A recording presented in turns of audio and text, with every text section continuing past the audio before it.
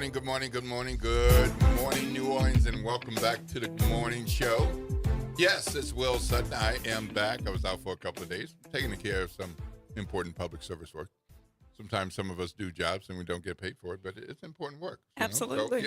So I'm Will Sutton. I am back in the seat, and it is 7 o'clock, and I am blessed that the Lord woke me up and planted my feet on the floor and got me over to here to our Black Talk radio station. And I'm very, very happy to see Ashley Shelton. Good morning. Good morning. I know y'all had the pleasure of her company and her wisdom yesterday, but I'm here to get some of that. Well, plenty to share. A lot going on in the world. Oh, yes. Oh, yes, yes, yes. And we got Jared on the other side of the glass. Somehow he dodged some of the rain droplets and made it in, got us up, and got us going. So for those of you who all haven't looked outside yet, it's not one of those bright, sunny, coolish days. It's dreary. It's, and it's rainy. Humid. It is. And it's humid. Very humid. And it's like, this is one of those things like, okay, do I have layers? I don't have layers. Yeah. I mean, the umbrella, well, it's not that hard. Well, wait a minute. Maybe I should. It's one of those kind of days. I bought my umbrella. Did you? Because the last few times I thought I'm not going to need it. And then next thing you know, it's torrential downpour. So this time I said, I'm going to just bring my umbrella. Yep. It's okay. Yep. I brought mine. I have, like some people, you have no umbrella or you have a few umbrellas. And, one of them or two of them don't really work that well, but you're trying to hold on to it. Yeah. Because you like it. Exactly. Exactly. So I got one. I don't know if it's a good one, but it can cover me for a little bit. For the footsteps to the car. You'll be all right. Yep. So at least I don't have to worry about my hair. Well, that's why I brought my umbrella, because I do. My hair does not like the humidity or the rain. Okay.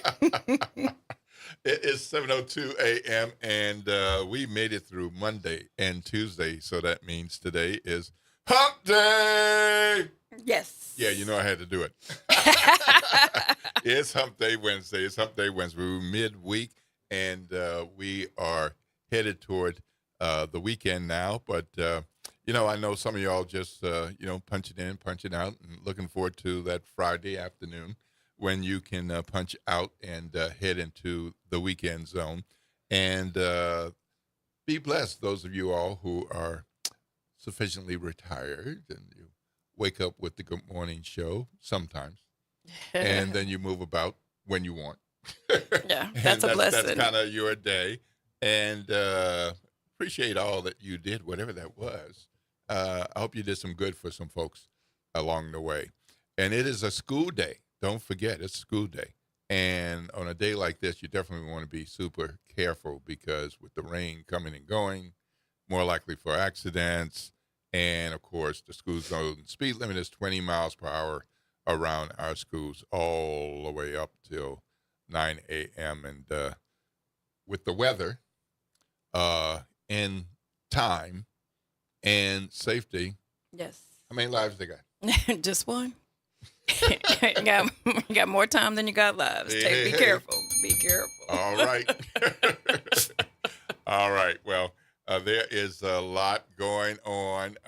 In a normal day in a week, there can be a lot going on. I was telling this to some of my colleagues for this accreditation body that I sit on.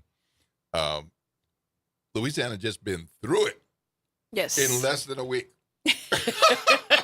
And not only have we been through, but we took the whole nation with us through it, okay? It's like, damn. Yeah.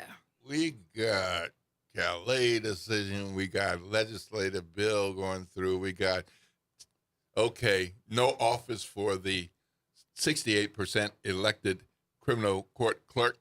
Or judge said, oh, yeah, you do. Yeah, take office, start work. Oh, we're taking your job away. Yeah. I mean, oh, my goodness. Sheriff indicted. Yeah. Legislative process going on. And it's like, oh, we do care about that. Yeah. We're celebrating. Okay, now we're moving into redistricting zone. No elections.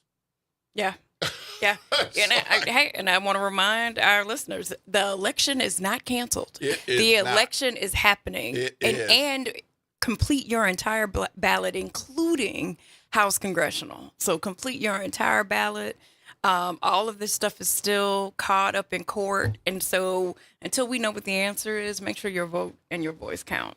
Yeah, one of the ways to express some of what you think, outrage, anger, frustration, or whatever, and it can even be confusion. Yep. If you're confused, Yep. so Which was here's- intentional here- and purposeful on their part. Here's what I have to say. No.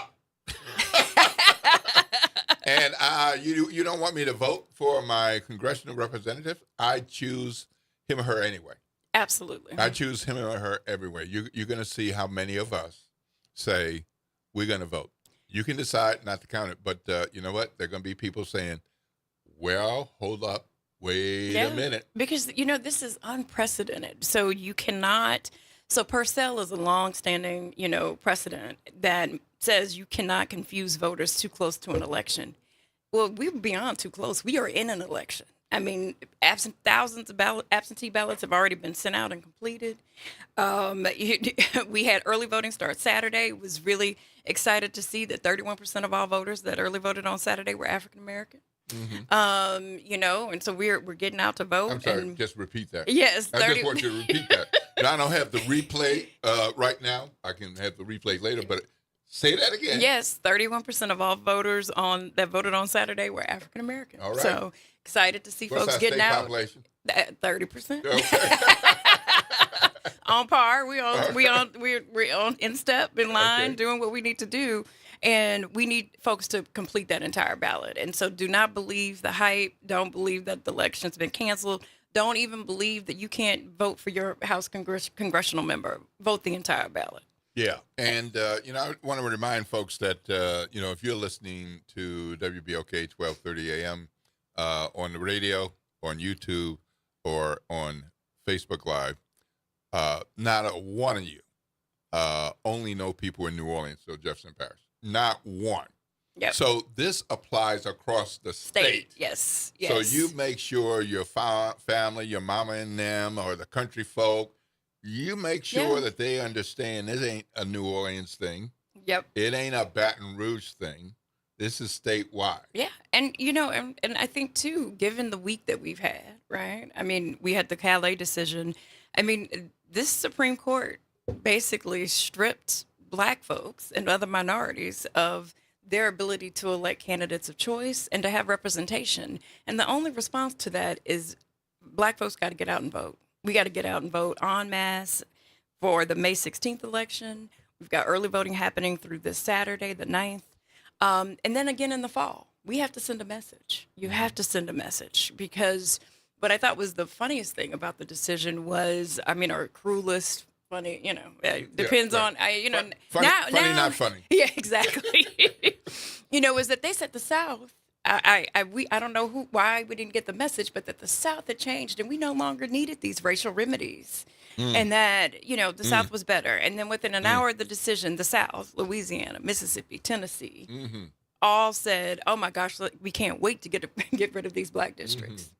So I don't know why we don't still need the racial remedies, but Well, because racism gone with the wind. yeah. Mm-hmm. Upheld by our Supreme Court.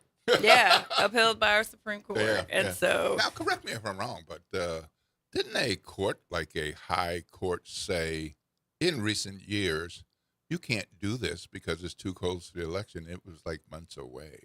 yes, and so they have violated so much of the precedent that they have set, and so and I think that's what you saw.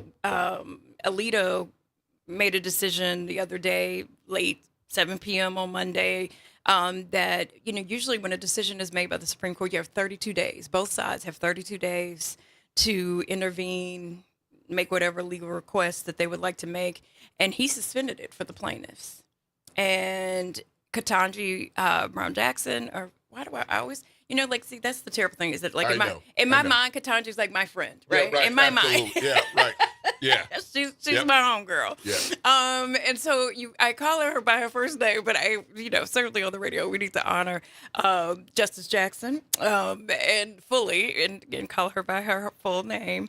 But she dissented, and then Alito, which again, this never happens. This never happens. And then Alito responded to her dissent. Yes.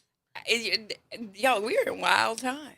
Wild times. But also, she was justified in her dissent. And, and Alito is trying to push through, the avenue so that the state of Louisiana can get back a seat. And, the other thing that I think is interesting is that there's a big debate whether the legislature is going to move a 6-0 map or a 5-1 map. Da, da, da, da. Yes, and what tickles me just a little bit is that Louisiana has too many black people for them to do a 6-0 map. So they can do a 6-0 map, but they make Scalise weak because where are all the black people in New Orleans and Jefferson going to go? And then Johnson also is made weaker by a 6-0 map because of all the black people that live in the Delta and his own home parish. Yeah, but they're going to try to figure out a way to, how can we have just enough? Yeah, no, for sure. Just enough. For sure. But that's where... Because what's wrong with all white people? Representing them. Well, come on now. You know there are people out there thinking about it that way. Yeah, Because, I think that what we know is that our delegation, which is one of the most powerful delegations in the country right now, we've got the speaker and the majority whip, and our delegation is the delegation that's actively undermining and destroying FEMA. Our delegation is the one that allowed and did negotiate for more Medicaid expansion and SNAP resources for one of the poorest states in the country, which is Louisiana. And our delegation is not doing its job, and so I would like to have some representation. I want somebody that understands what it feels like to walk through the streets of Louisiana as a black person and be able to bring that wisdom to the policymaking forum. Absolutely. Well, we're going to break, and when we come back, we're going to have some more conversation, news, and information. There are other things going on in the world. But, look, this is really important. We're going to talk about this every day, okay? Because some people are not listening at any given time, and we need to make sure that we refresh those of us who have heard some of it, so we make sure that we understand. All right, it is 7:12 a.m. When we come back, we'll have more news and information. And upcoming, we're going to have Dillard University President Monique Guillory talking about Dillard University and the incredible weekend that they have coming up, including a fireside chat that you're going to want to know about. And we also are going to have judicial candidates, Stephanie Bridges and Richard Burkett, for a candidates forum. Go ahead, call your people. You're going to want to hear this. 7:12 a.m. This is WBOK 12:30 a.m. What New Orleans is talking about all day long.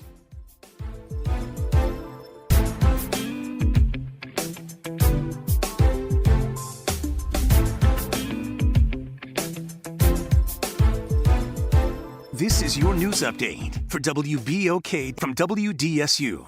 For all your news and weather, watch WDSU News, New Orleans' leader in live, local, late-breaking news. Today at noon and 4 p.m. Good morning, everyone. I'm Elizabeth Kubel, and here are today's headlines for you. The Orleans Parish School Board voted Tuesday morning to end a years-long legal battle with the city of New Orleans over funding for public schools. It comes following a lawsuit against the previous administration for backing out of a funding deal for public schools. The proposal now goes to the New Orleans City Council for a vote. A fight for representation deepens, with voters calling on the courts to step in on a Supreme Court ruling invalidating Louisiana's congressional map.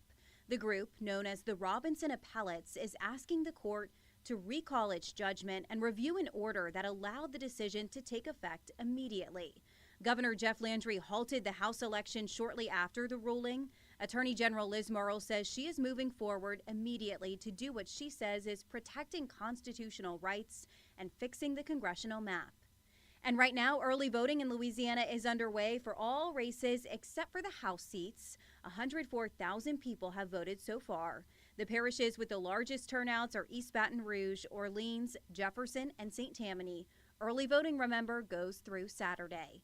That is a look for you at today's headlines. I'm On Elizabeth Auto Trends Campbell. with Have a great day, JeffCars.com, here's a snippet of some of what we cover. GPS pioneer Gladys West. We worked long hours computing trajectory orbits and satellite orbits, trying to get the data and everything correct enough. Auto analyst Mark Bland. 14 new vehicle deals that happen in this country out of every 100 that women don't have a fingerprint on. To tune in, check out Auto Trends with JeffCars.com. Saturdays at 4 p.m. on WBOK, what New Orleans is talking about. Good morning, wake up. The Good Morning Show. Good morning. On WBOK.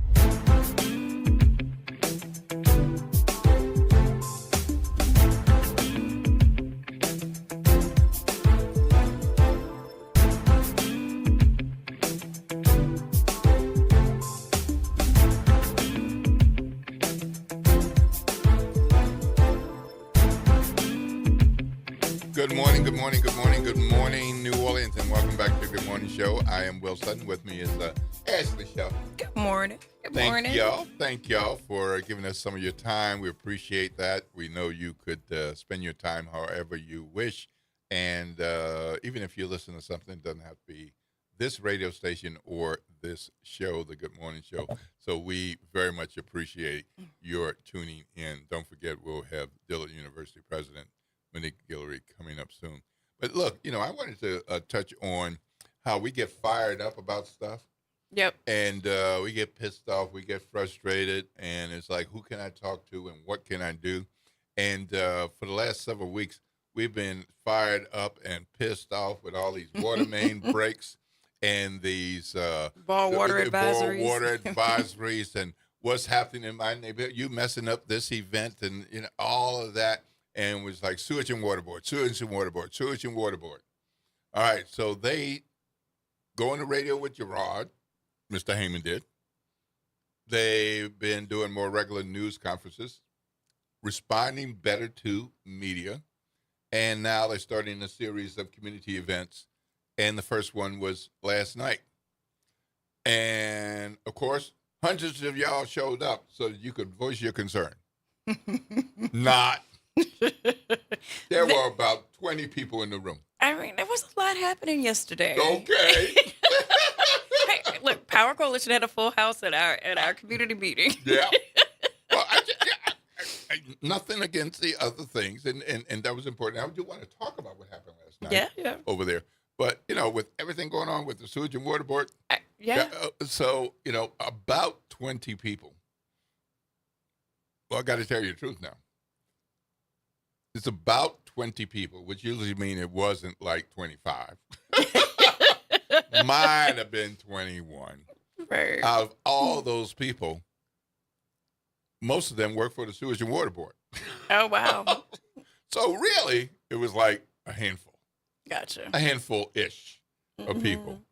Well, good for those people who came out to listen. Because some people, they just want to listen. Yep. They just want to listen. Tell me something. I want to hear what's going on. And other people, I got some questions. And other people, you're going to hear me. Right. Okay? Right. So we're going to follow up on that. We want to know more about what happened at that meeting. But meanwhile, there was a good event last night with Power Coalition. And we're going to talk about that a little bit later in the show. But just give us a little preview. Yeah, no, we had a packed house. I was glad to see so many folks and just talking about everything Supreme Court decision and what's on this ballot. Because we, while the governor's telling folks the election is canceled, and which amounts to voter suppression, the reality is that we have a lot on the ballot. Yep. There is a lot. We got 5 constitutional amendments. Yep. Some folks in Jefferson have a public service commission seat.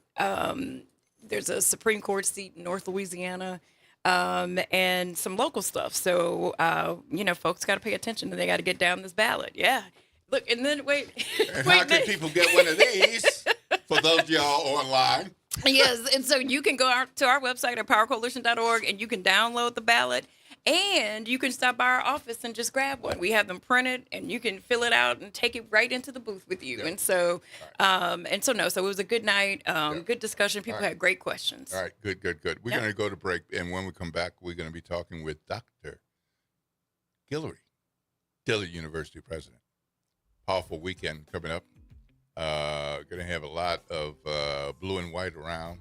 Going to have a lot of high-powered people.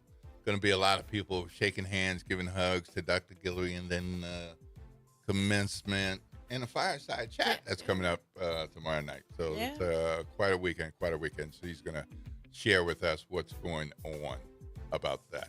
7:20 a.m. and there is a talk line. Other people can join us, huh? Yes, and you can What's that dial number? that number at 504-582-9422. All right. This is WBOK 1230 a.m. What New Orleans is talking about All day long.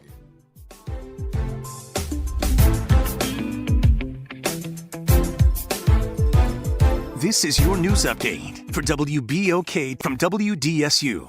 For all your news and weather, watch WDSU News, New Orleans' leader in live, local, late-breaking news. Today at noon and 4 p.m. Partly to mostly cloudy skies today. We're also going to see our warmest temperatures of the week. Highs 84 to 86 degrees ahead of a cold front moving in for tomorrow. But we could see some scattered showers throughout the day. Rain chances only about 20% for us. And then for tonight, lows 70 to 75. Better chances for rain on Thursday, especially for Friday on into the weekend. From the WDSU First Warning Weather Center, I'm Raven Richard. Hey, this is D. Riley from the 90s Hits R&B Jams. Make sure you listen to WBOK 1230 AM every Saturday night from 7 until 9 p.m. I'll be giving you the best R&B jams from the 90s. That's right, all your favorites and more. With me, D. Riley, your host of the 90s Hits, right here on WBOK 1230 AM. Or listen online at WBOK1230.com. WBOK, the station you listen to longer. Life has a way of shifting priorities, changing needs, and pivoting plans. Home Bank is there for all of them. From understanding your needs, meeting your goals, and celebrating your success. Home Bank is invested in the vibrant spirit of our community and in you. Stop by any banking center across Greater New Orleans or visit them at home24bank.com to get started today. Good business, good for life. Home Bank, a member of the FDIC. City Park is where to go when you don't know where to go. Turn towards the city center and start walking. Before long, you'll end up where you belong, at the heart of the city, New Orleans City Park. Stroll along the reeded marsh, wander through the sculpture garden, rest and recharge beneath ancient oak trees. This is where your spirit goes to grow. It's in our nature to yearn for nature. NewOrleansCityPark.org, heart of the city. The Ron Kelly Show. Real talk, bold truth. Tune in for your weekly dose of unapologetic conversations that don't dodge the truth or dilute the message. Stay informed on the issues that matter most on The Ron Kelly Show. Every Monday at 7 p.m. on WBOK 1230 a.m. Good morning, wake up. The Good Morning Show. Good morning. On WBOK.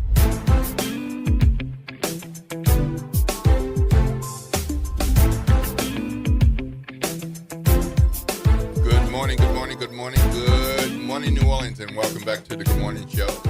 I'm Will Sutton, and I'm happy to be here with Ashley Shelton. Good morning. Enjoying the conversation with you, my sister. Yes, good to be here today. Well, I hope the people out there in our WBOK family of listeners are enjoying the conversation and getting some education and getting some information.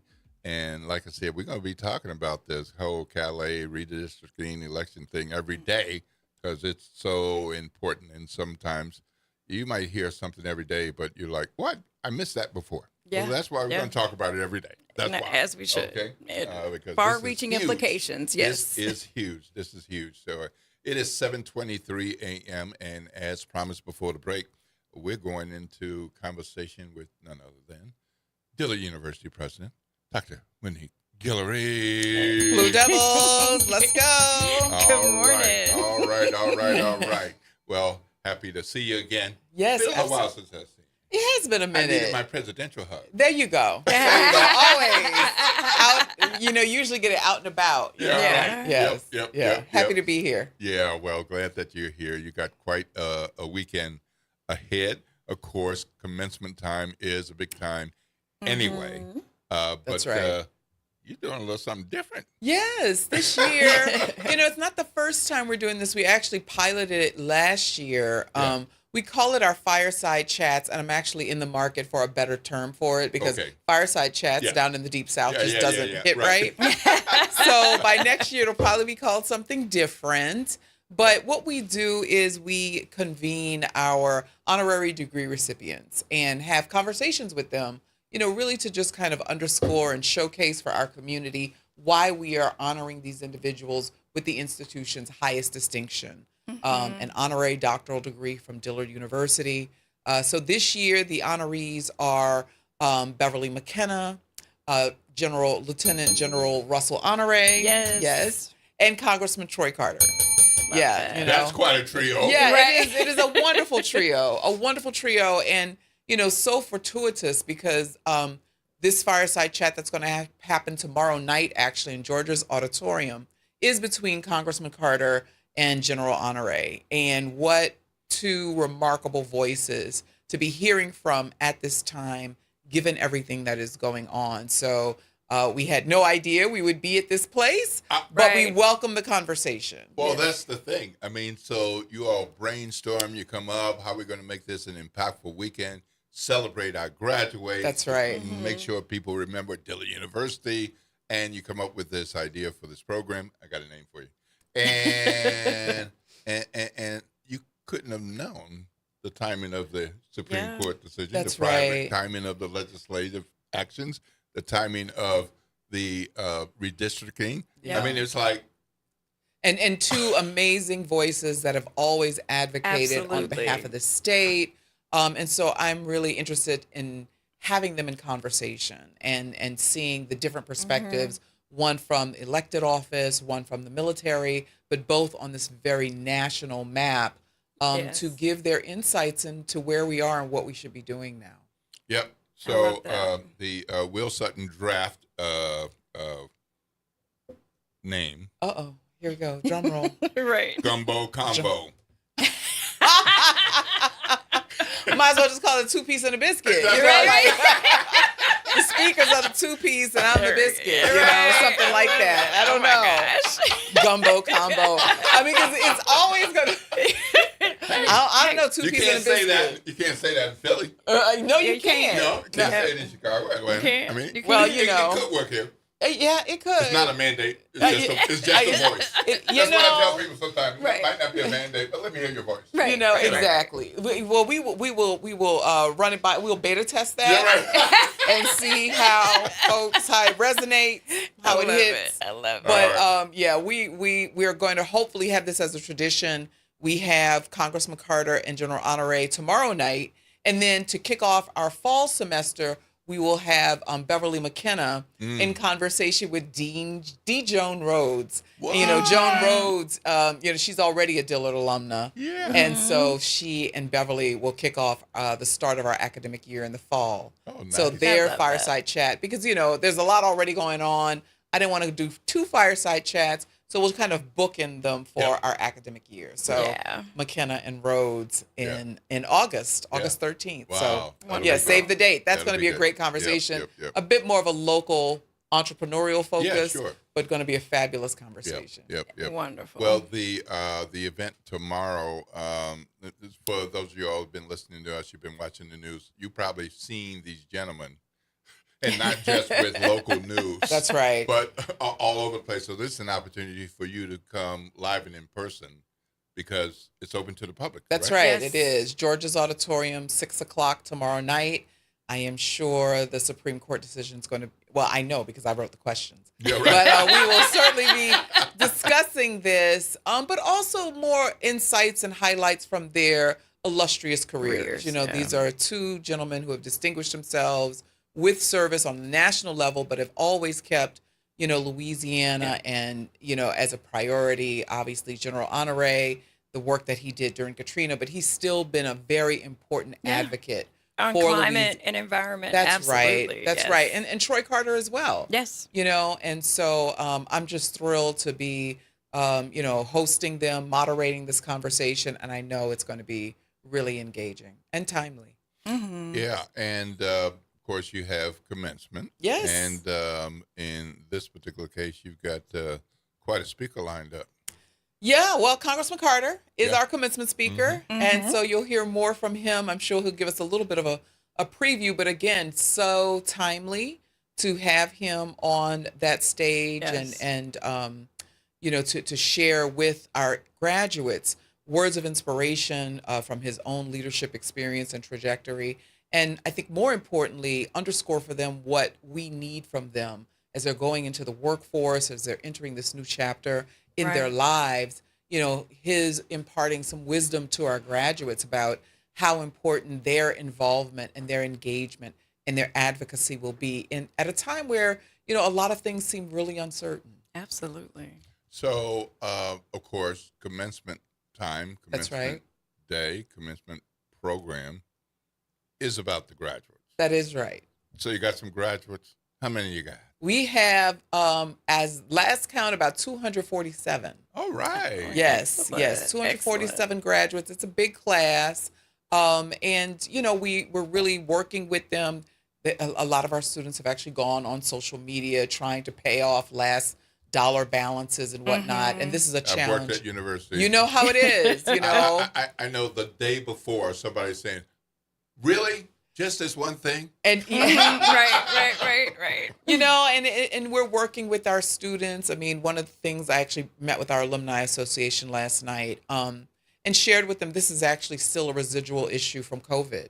During COVID, there was a lot of money flowing to help students pay off balances, and and some of these students came at the tail end of COVID, and so now it's like, okay, we got to take care of this, and we're working with them. We're absolutely working with them, but we are advising alumni. If you see a student on a social media platform has a GoFundMe account, please reach out to the institution, pay that directly to the student's account. We love and trust our students, but it will be a more direct path if you just go ahead. You can earmark it for the student's account and take care of that. We know that this is an issue across the country. It is. It is. It is.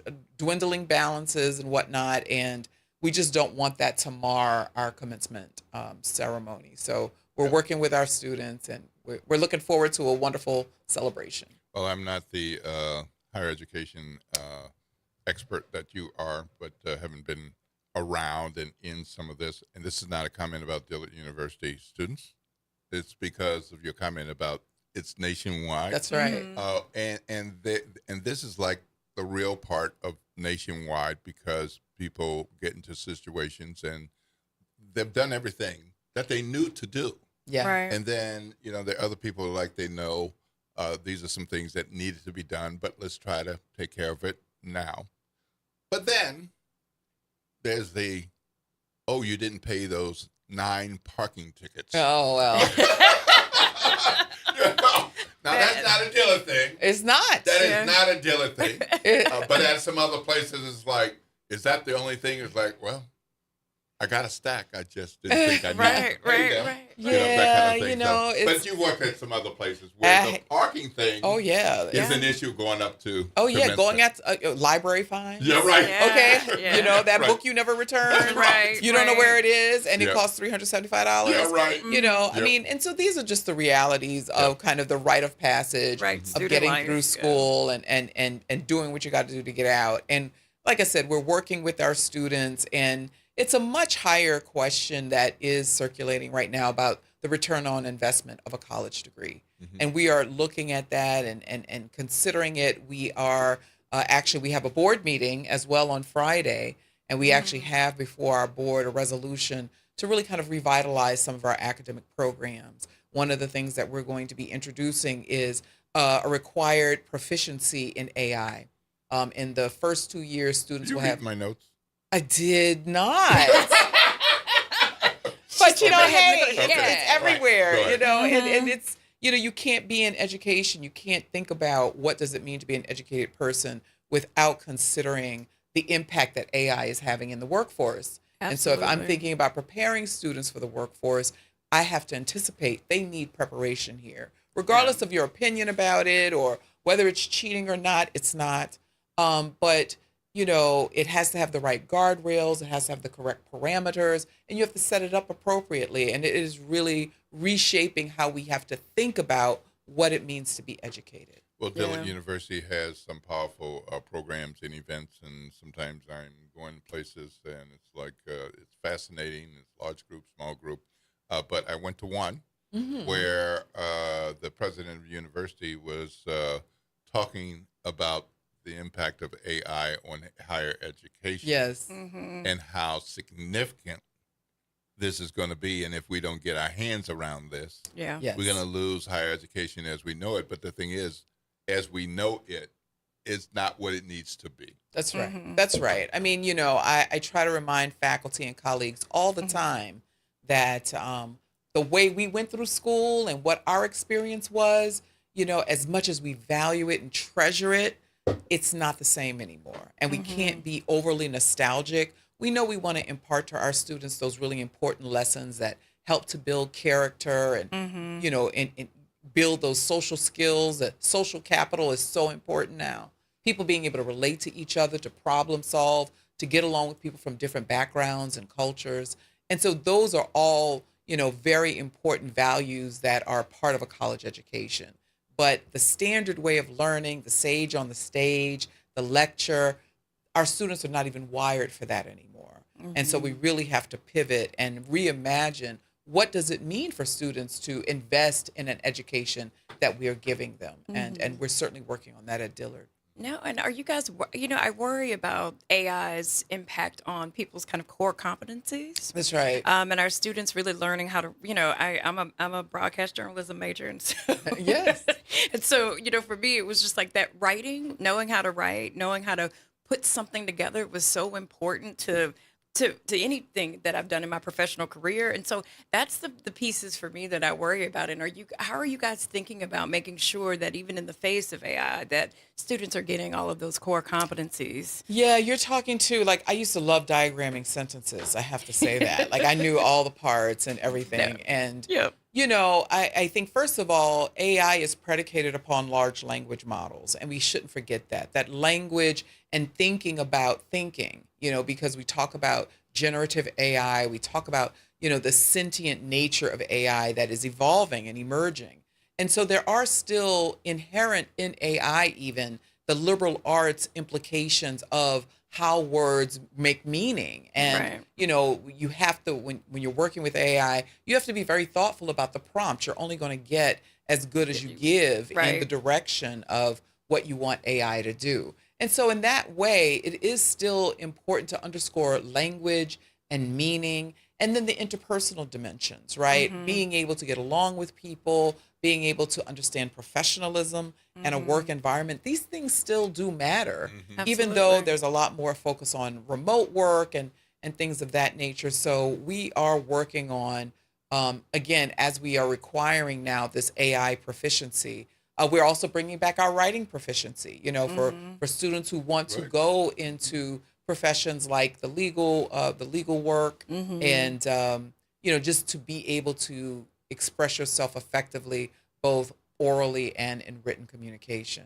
So, it's very future facing, but we are still retaining some of those important value propositions that are inherent in higher education. No, wonderful. I have to also give a shout out to the Dillard students. They are so active. They I are. see that they come to our lobby days, they come to testify, and they're just, I'm always so impressed by their standing, right? Like that they know exactly who they are. Sure. And that they know and understand that, the importance of civic engagement and their voice being a part of the process. And I always love when young people get it immediately. Yes, absolutely. And we'll have some students at the fireside chat. And, there's a question I want to direct specifically to Congressman Carter and General Honoré about our students. Yeah. And what should they be doing? We see that they're like no kings protest and things like that. But what does resistance look like in the modern age? In an age of social media, what should our students be doing? What is a world that we anticipate for them? And how do we help to prepare them for that world? And certainly at Dillard, we do underscore experiential opportunities, making sure our students are not just learning in the classroom. And we do have hybrid courses where they're in the classroom and they do some stuff remote, but then also getting that real world experience. We had a wonderful experience of that with our probate show that happened last month, and our students ran the whole kind of broadcast of it, which was done so well, and it circulated extensively, and that was representative of the excellence specifically of our mass comm students. Absolutely. So just want to make sure yes, commencement is still happening on Saturday. It is still happening on Saturday, but not on the Oaks. It's womp womp womp. Right. I know, right? It's tough because it's so special and spectacular, but the rain has started even now. Yeah. And it's tough. I even was talking to the team. I was like, should we just gut it out and let's just roll with it. Let's just see how bad it is in the rain. And then we say we're never doing this again. And they reminded me, some of us have done that. And we can tell you. Right. It was not fun. Learn from our experience. Right. You know? And so we just want to keep everybody safe. We want to keep equipment safe. And even if what always tends to happen is it'll rain the days before. And then on that Saturday, the sun comes out. Yeah. So people are like, we could have done it. But go step on that yard. Go step on the Oaks. Right. And it's soggy and mushy. And we have grannies and nannies coming, and we want to keep everybody safe. And God bless Franklin Avenue Baptist Church. I mean, it's a perfect venue for us. We can accommodate everybody. Yeah. It's already wired, and we can just go and focus on our graduates and send them along to the next stage of their journey. So we're really grateful for that partnership. Yeah, so Mama in the wheelchair won't have to worry about, but I want to stay until I see my little one graduate and walk across. Well, at Franklin Avenue, they can. Everybody can come. Everybody's welcome. It's comfortable. It's, and again, the focus, I'm reminding the students, it's about you. It's not about the venue, and you could come and take pictures on the Oaks and do whatever you want, and then come for your 25th. That's another tradition we've started. The Silver graduates celebrating their 25th reunion. And of course, our Golden graduates, I did not realize, but Congressman Carter's brother Theodore is celebrating his 50th reunion from Dillard. Yes. So he has his Golden graduation this year. So that's a wonderful bit of synergy that's happening. That's great. That's great. Now, I know there are a number of commencement-related events. That's right. But some of them are for alumni groups or for the 50th. Yes, Silver graduates, right, 25th, 50th. Are there some other things that are public that people might consider? Yeah, I mean, our alumni gala is open to the public. You can buy tickets even if you're not an alum. And we have Freddie Jackson, who is our entertainment. Hey. Yes, So, I mean, again, I always come across people who may not have gone to Dillard, but a relative went to Dillard. We, friends and affiliates of Dillard. I mean, when you have, a 155-year history dating back to New Orleans University, Straight University, there are a lot of people who are Dillard affiliated, and I really appreciate the broad network and support that is out there. And so these are certainly events that people are welcome to join, and we invite people to come to the fireside chat. And just celebrating, the institution, our students, our history, and really rallying for our community at a time when institutions like Dillard and, of course, Xavier, where we are right now, we are so important, to the fabric of our democracy and even within our regional communities. Okay, so before we let you go, Thursday night, who, what time, where is that location on Dillard? And the same thing for Saturday because things have changed. Yes, things have changed. So Thursday night, the fireside chat or the gumbo combo. Hey! or a 2-piece and a biscuit. Yeah, right. But that is Thursday night in George's Auditorium, which is in our Professional Sciences, Schools and Sciences building on Dillard's campus. If you take the St. Anthony entrance, it'll bring you right there. Yes. And we are featuring Congressman Troy Carter, Lieutenant General Russell Honoré in conversation.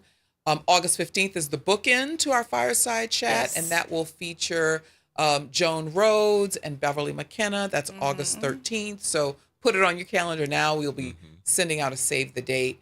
And then Saturday for commencement, we are moving commencement from the Oaks to Franklin Avenue Baptist Church out in New Orleans East.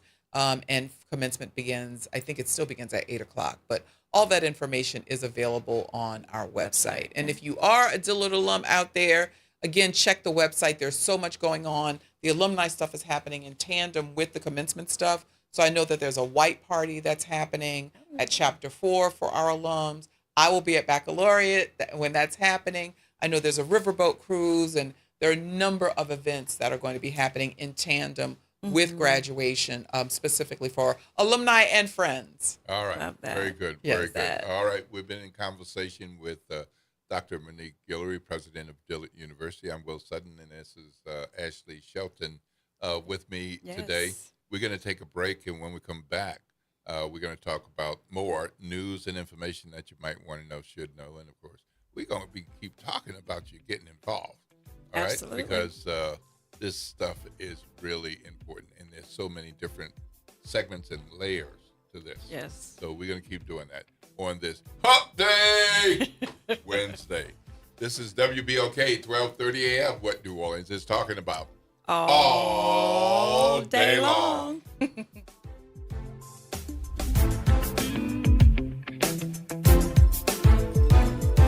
This is the Bloomberg Black Business Beat.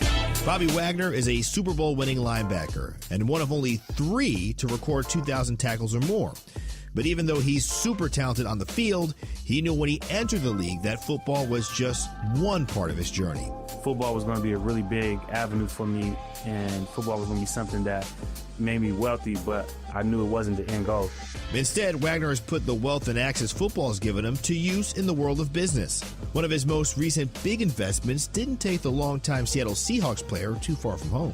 He's recently bought himself a stake in the WNBA's Seattle Storm. I'm being connected with Seattle for a long time, and I've watched the Storm. The Storm has been doing that thing for a really, really long time. So not just like from a championship perspective, but when you're in the city, they do a lot of good in the community. Wagner's part of a growing number of current and former players that are moving into the ownership ranks. I'm Bloomberg's Justin Milliner on the Black Business Beat.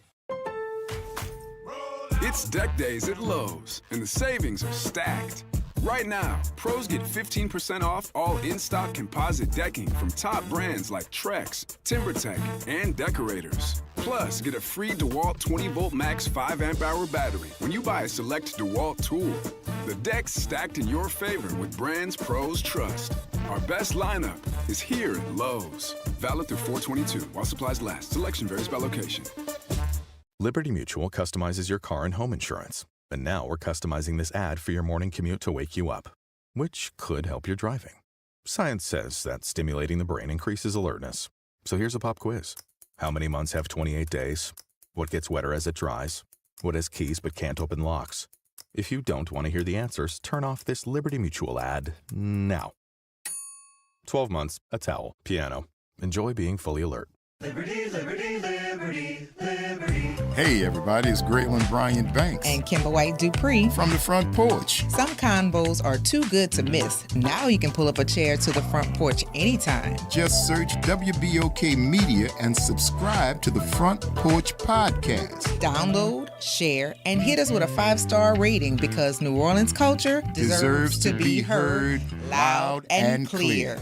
This is Jaden Simone, host of Uncomfortable Situations. Join us on May 9th every Saturday. Tune in from 5 to 6 for conversations that keep you uncomfortable. This is The Law in Your Legacy. I'm attorney Pete Hamilton. I'm attorney Ryan Hamilton. If you had $1 million, would you leave it to an 18-year-old?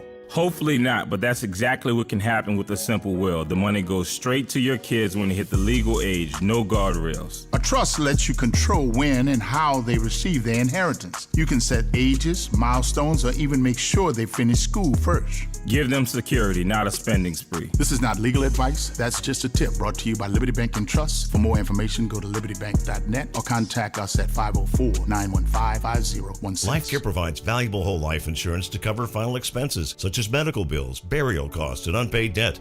A final expense insurance policy is fast, easy, affordable life insurance that's available to anyone between the ages of 50 and 80. No medical exams, no lengthy questionnaires, and no waiting period. The application process is quick and easy. You can even apply without having to undergo a medical examination. Just answer a few questions and we'll do the rest. With the average funeral cost skyrocketing to $11,000 and Social Security only paying $255, you need simple, affordable peace of mind for you and your whole family. Don't leave behind unpaid expenses that, if left unattended, will burden your family tremendously. Benefits include a guaranteed premium that will never increase, a guaranteed cash value, and a guaranteed death benefit that can never decrease. To find out how you can get final expense insurance with a guaranteed lifetime rate lock, call LifeCare at 800-571-9955. That's 800-571-9955. 800-571-9955. Good morning, wake up. The Good Morning Show. Good morning. On WBOK.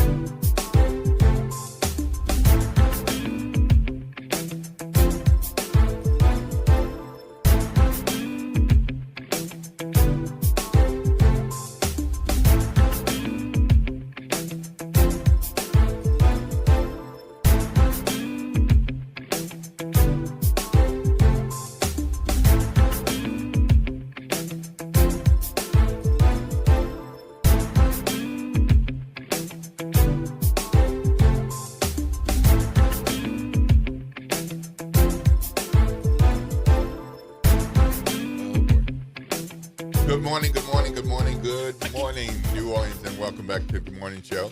This is Will Sutton. I'm here with Ashley Shelton. Good morning. Good conversation with Dillard University, President Monique Guillory. Yeah, future's bright. Things going on. Young people doing what they got to do. So what do you think? Fireside chat or gumbo combo? I'm going to keep thinking on it. All right. I'll take that as we hear you, Will. And let's see what some other people think. Right now. We'll see. A little too much lower ninth floor. Yeah. All right. Okay. It is 7:52 a.m. This is WBOK 1230 a.m. And we appreciate those of you all who are listening, those of you all who have been tuned in since earlier in the show. Good conversation with Dillard University President Monique Guillory, and we're going to hear from judicial candidates Stephanie Bridges and Richard Rickett soon. So stay tuned. We're going to have that candidates forum, and that will be coming up soon. Right now, we got a call. We've got Brian. You're on with Will Sutton and Ashley Shelton. Good morning, sir. Good morning. Hello, Will. This is Byron. Hey, man. Fabulous. How are you? I'm all right. Look, I wanted to say a couple things, if you don't mind. I grew up in the SUNO setting, and I grew up on Dillard's campus. I lived there from 1977 in the apartments next door to Dillard. Yeah, I did too for a stretch. 1977 to about 1994. Oh, right? okay. We had an apartment there, and I was very involved in Dillard's campus. I want to say, first of all, Ms. Guillory is doing a good job, and the things that I'm commenting on aren't a product of her. But I woke up this morning. This is all arbitrary. I didn't plan any of this. I woke up this morning and saw, after growing up on Dillard's campus and having foundations of Mr. John Brown, Coach John Brown, and Dr. Verrett, I woke up this morning and saw on the news Dillard touting their softball program that's being ran by a transplant that's Hispanic.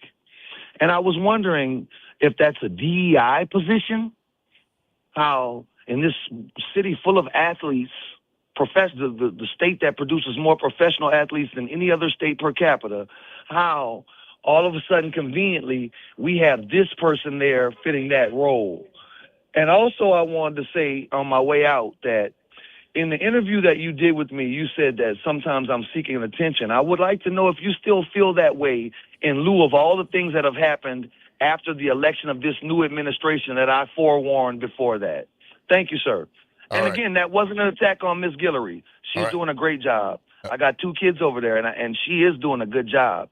I wanted to say how these institutions we have for us that were created because we weren't allowed to participate are now so full of this concept of diversity that we're being displaced.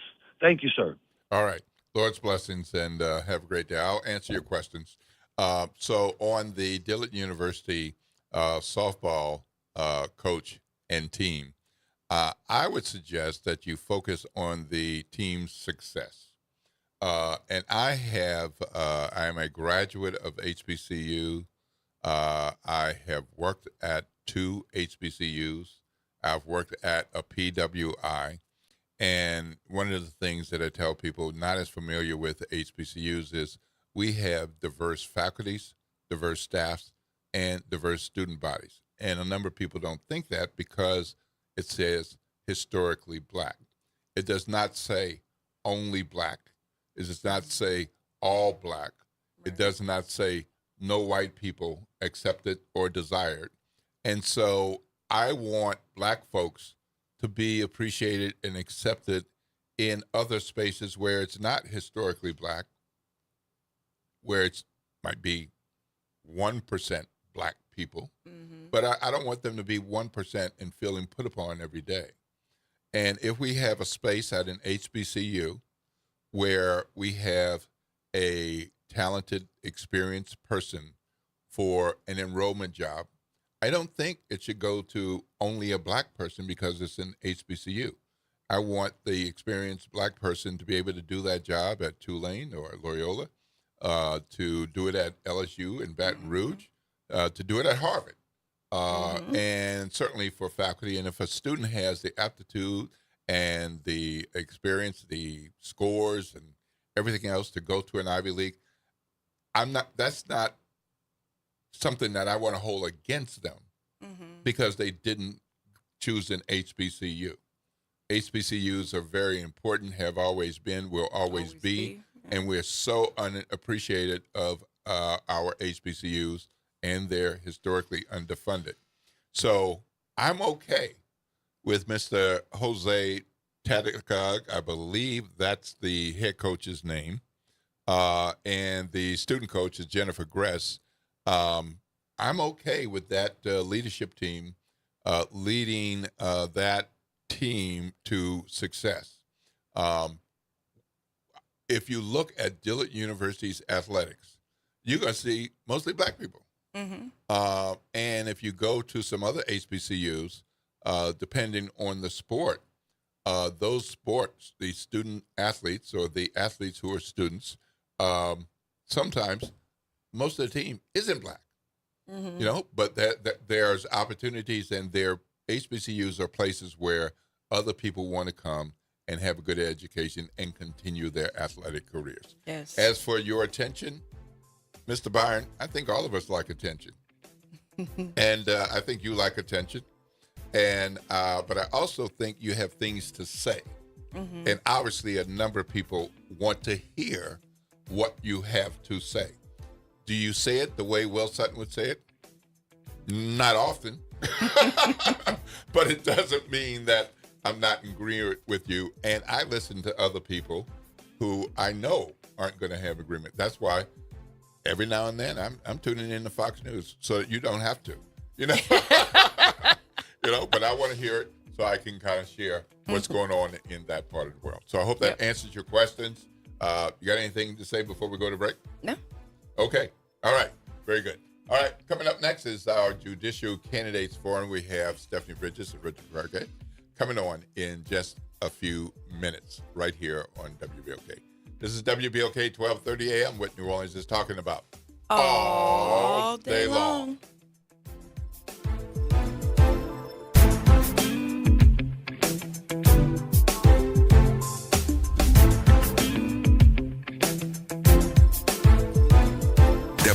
WBOK New Orleans. Home of the Good Morning Show, 7 to 9 a.m. weekdays.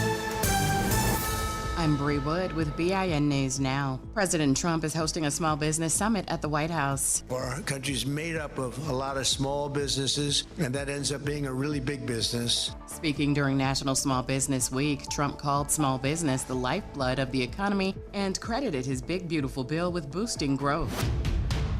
The Supreme Court says its Voting Rights Act ruling can take effect immediately, clearing the way for redistricting in Louisiana. Republicans could now eliminate black majority districts after Governor Jeff Landry suspended the May primary to allow new maps following the April 29th decision. And Lizzo is explaining why she refused to settle a sexual harassment lawsuit filed by former backup dancers. Speaking with Gayle King, the singer said settling would have been easier but insists the allegations aren't true, adding she expects the case to be dismissed. Get BIN News Now on demand 24/7 on the iHeartRadio app. Good morning, wake up. The Good Morning Show. Good morning. On WBOK.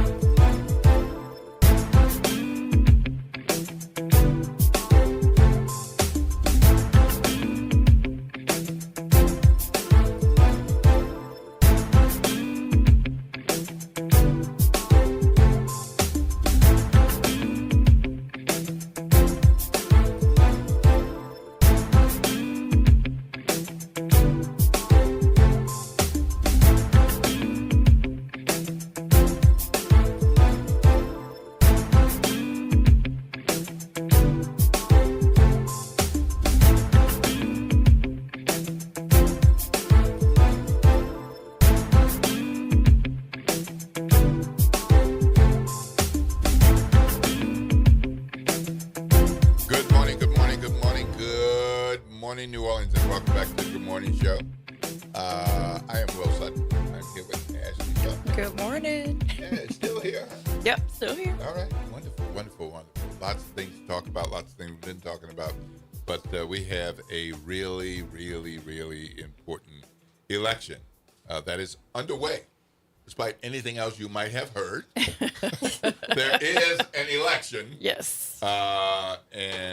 Yes, our governor canceled an set of elections. But and it still remains to be seen if that was legal. Well, that's correct. And if it will stand. That's right, yeah. So that is the case there. But this morning, we are happy to have with us our candidates for civil court judge for District M, Division M, Richard Parquet. Good morning. Good morning. And Stephanie Bridges. Good morning. Good morning. Thank you all for coming here, sharing with our WPK family of listeners. I'm sure you've had a busy few days, nights, and weekends. Months. We were talking about sleep deprivation, So in the last several weeks and months, but at no point beyond the last week or two could you have imagined when you started the campaign that it might look like this with these other factors and other news. Yes. So certainly your campaign and other campaigns have changed just because of the context. Yes. Yeah. Not because of your intention and your goal and your desires for the sake, but we have that. So we're going to proceed with this candidates forum so that you all know, and so our WBOK family of listeners know how we're going to proceed. So each candidate will have an opening statement of up to 2 minutes. They don't have to use the 2 minutes. They can. There will be a closing statement of up to 2 minutes. They don't have to use the 2 minutes, but they can. Whoever goes first now the other person will go first for the close. And then we will have questions from Ashley and I. Yes. And I will give you the opportunity at one point to ask your competitor a question. And so you will each have that opportunity. Depending on timing and the flow, you may have a second opportunity for a question for your challenger. But Ashley and I have looked at what's going on in the world, what's happening with the legislative potential cuts, and how things have been changing outside of this campaign. So we'll have questions for you all. So let's start with the opening statement. Who would like to go first? I can go first. All right. I'll keep it. All right. Good morning. My name is Stephanie Bridges, and I'm running for Judge of Civil District Court, Division M. I bring over 30 years of service to this New Orleans community. I served as an executive director of a nonprofit, and our mission was to elevate our youth, to elevate our community. And one way we devised that was to teach our children to never let the world define them, to let themselves define themselves. I have handled civil matters directly that have a direct impact on people's lives, from family law to zoning to personal injury. I've argued before Louisiana's highest courts, served as assistant city attorney, and led the New Orleans Council for Community and Justice. I'm not running on connections. I'm running on service. And I work directly with the people the courts are meant to serve. My name again is Stephanie Bridges, and I'm number 49 on the ballot. Okay. Well, under 2 minutes. Don't worry, I'll do the same thing. Okay. All right. My name is Richard Perk. I'm running for Civil District Court Judge, Division M. I'm number 50 on the ballot. I have 20 years experience in civil litigation. I've practiced everywhere from domestic litigation to toxic tort litigation to and everything in between, car accidents, landlord disputes. During my time as a lawyer, I've been appointed twice by Justice Piper Griffin to sit as pro tem judge at civil court in both divisions B and G. During that time, I was also a board member for the Morris Jeff Community School. I sat as a board member for the Orleans Parish Democratic Executive Committee, and I'm currently a board member and working with the Gennaro Shavers Educational Fund. Through that fund, what we do is raise money, awareness, and funds for children that may not necessarily have access to direct educational supplies. And then we make sure that they have access to not only education, but we have access to music and technology and those things that children need right now to really thrive in our city. I believe that I come and I bring a wealth of experience that's necessary at civil court. And I look forward to answering your questions today. I know that we have a lot to cover over the last 2 weeks. But again, my name is Richard Perk, number 50 on the ballot. Okay, thank you. So I want to give you a chance to say some things that you've been saying since before you decided to run for this office. I want to hear more about your backstory. I want to hear more about your childhood and the development of you as the person that you are today from your childhood, and transition to why be an attorney and while now be a judge. All right? I'm going first? Yeah. Yes, please. All right. That starting off with my childhood, I'm the oldest of four. So I grew up down the bayou in Napoleonville. Very close-knit family. My grandparents lived next door. My aunt and uncle were down the street. I was very close with all of my cousins. I'm the oldest 4 and 5 years, so we were all relatively the same age. I went to public high school, graduated there, then went to Loyola for undergrad. I had a great experience with Loyola in that you are almost in a small town in a big city.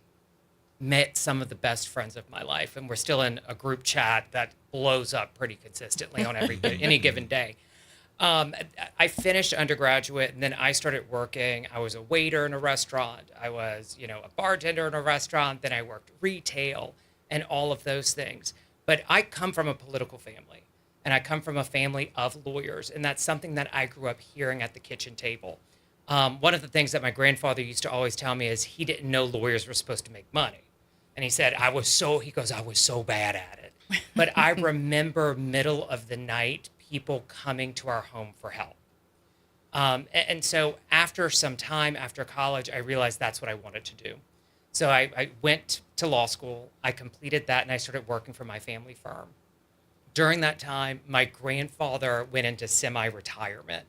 And with him in semi-retirement meant we sat at a table a lot like this in my office. He sat across from me and told me everything I did wrong all day, every day. It was one of the best mentorships I ever had. So I continued in that path, and then my mother became a judge, and I was able during that time to see the difference that she could make, and that's why I'm here. Okay, very good. Well, in my case, I'm the product of 9. I'm the second oldest of 9, and so basically my mother, I applaud her. She worked, and then she wanted to become a nurse. So she was going to nursing school at night. So I was like the second mother to my siblings. It's interesting because we still are close-knit, but it's interesting how life evolves. Everybody came to me when they had a problem. And I had to resort very early in life to assist people in any aspect of their lives. I can remember cooking because I'm 5'2". So at that time, I can remember cooking standing on a chair, to make certain that my siblings and we had our meals and that type of thing. My grandfather was a minister, and my grandmother, she basically assisted, community members. She was a church-going lady, just like my grandfather. She went all around, servicing people. So that became apparent to me that I wanted to always be there for people. As an executive director, when community members would come in looking for legal services, I would have to go out on my board, who were attorneys, and have them to serve, pro bono to assist, or I go out and get other attorneys. So it became wise that at the age of 42, with 4 small sons, I decided to go to law school at night, Loyola 2. Did it in 3 years when it was supposed to take 4. And I've been serving my community ever since. And I look at the people that are on the bench. Some I admire greatly. And I just, at that point, I decided, to run, to continue to serve my community. Yes. One of the things that I always tell folks, if you love New Orleans will love you back.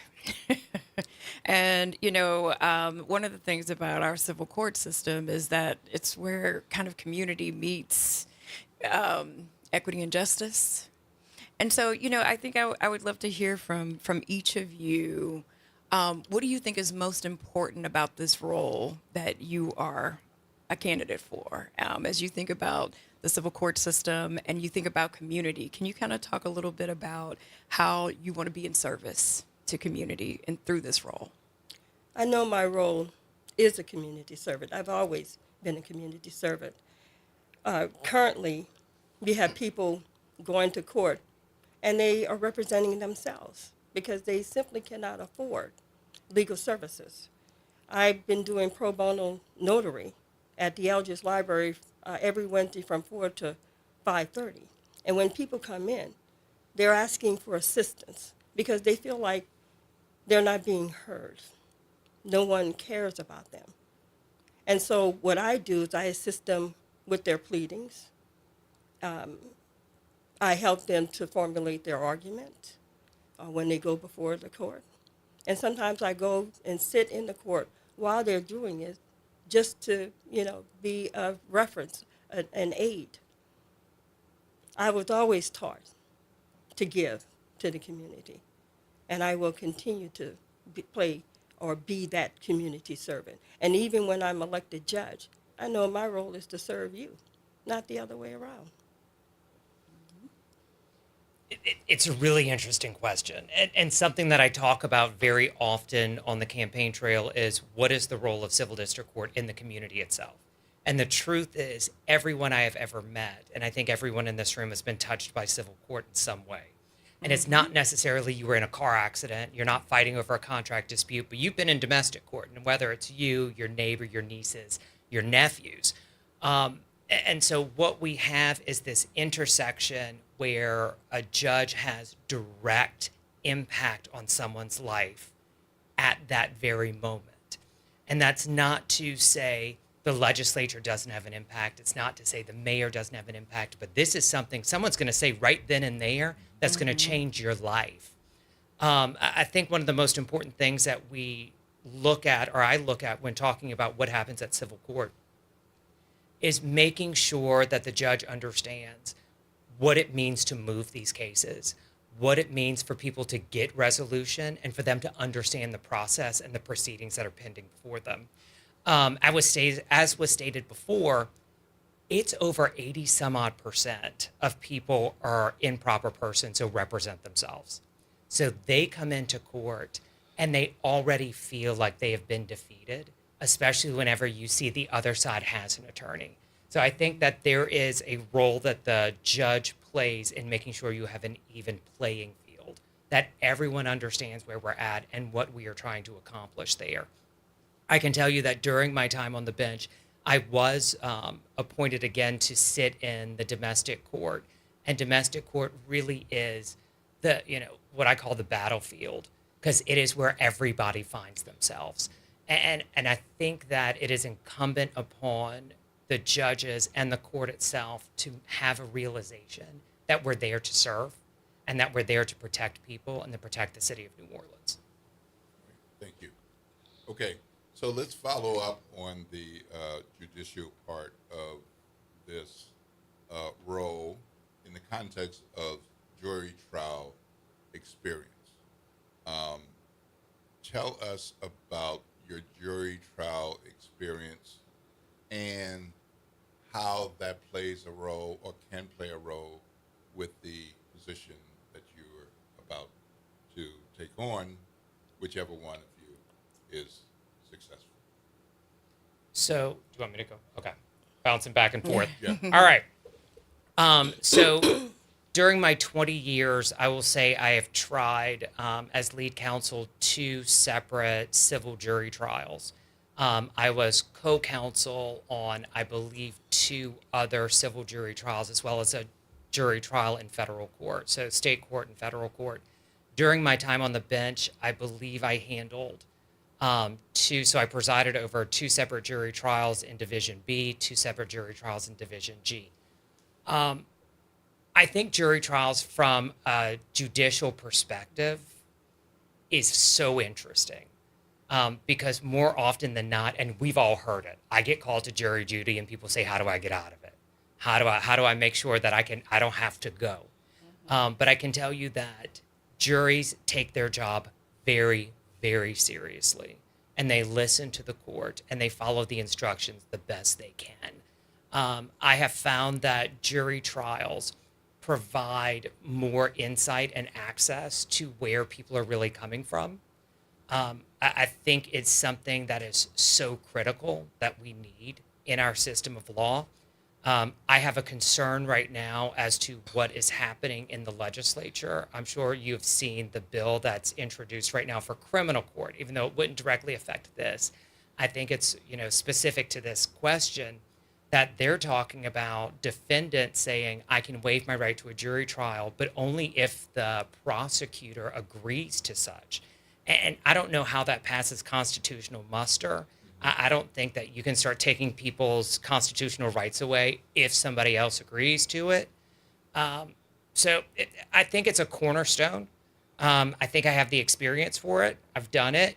I also believe that it's making sure that not only are you moving cases timely and that people understand what's going on, but that the jury is respected and we're respecting their time and their. Oh, sorry. I will talk and talk and talk. No problem. It's okay. All right. Okay, Your response. when you talk about jury trials, for me, I have been lead counsel on jury trials, and I have been co-counsel on jury trials. And it's interesting because you want to make certain that the juries themselves, that they understand the procedure and what's going on, and that they're listening with a keen ear. It can be difficult sometimes when you have various perspectives of individuals who are serving on jury trials.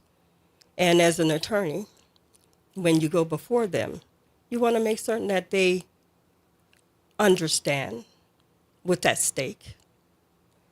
You want to make certain that you can bring them to your core belief of why you're here or why you're defending a particular case. And you want to, make certain that they adhere to the rules. And you want to be respectful and respectful of their time. That's very important, that you respect their time, because they're taking days off just to come to participate in this great democracy. So for me, jury trials offer insight into your particular case. Okay. Thank you. So let's pause from our questions and give you an opportunity to ask your challenger a question. So I'm going to give you an opportunity to decide who would like to ask their question first, and then the other person will follow. Sure. Okay. So you have up to 1 minute. It's not going to be that long. And then you have up to 2 minutes for your response. No, so we were having, I will say this, both Ms. Bridges and I arrived early and had a great conversation in the lobby before we started, and talking about the challenges of campaigning and what's going on. So my question that we were getting into before we started was, what's your favorite part of campaigning so far? The favorite part of campaigning so far is the people that I come across. As I stated, a lot of people want to make certain that who's ever in this seat, and I'm going to say I'm going to be in that seat, hear what their concerns in life. They want to make certain that when they go before you, that they're going to be respected, that you will understand whatever the situation that they find themselves in. A lot of people don't trust the court system. And I told them, I understand why you don't trust them. But you know my history. You know that I'm here and have always been a community servant. I ask you to trust me because I hear you. I not only see you, but I hear you. I know your story because I lived that story. I lived that experience. I know that it's difficult. When I became an attorney, my focus was to fight, to be that champion for whoever I represented, because that's what they wanted. They wanted somebody in their corner, someone that's going to fight for them. And on that bench, when they come before me, and like I said, most people are pro se right now, I want them to understand that I'm going to make certain that they understand what's going on. I'm going to bring equity to the bench, to bring them to the level where the opposite side may be. I want them to know that I'm there to make certain that justice prevails. Okay, thank you. Your question? Up to 1 minute. I do have a lot of questions, Richard. But I'm going to ask you this. We were in a forum, and you stated during that forum that you write your opinions in hopes that the Louisiana Supreme Court would overrule your opinions. And most people don't have the resources to do appeals. So I'm just trying to get an understanding of why you stated that response.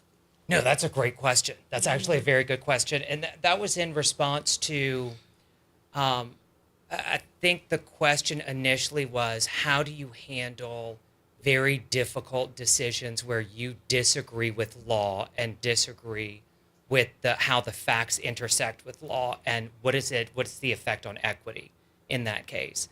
And I believe my answer was, unfortunately, you lose sleep on a lot of those decisions. And what ends up happening is, because of the way the law is written and the way that you have to apply the facts to the law, very often your hands are tied and you can't find yourself going outside the scope of the law to do what you want to do. Even though I did.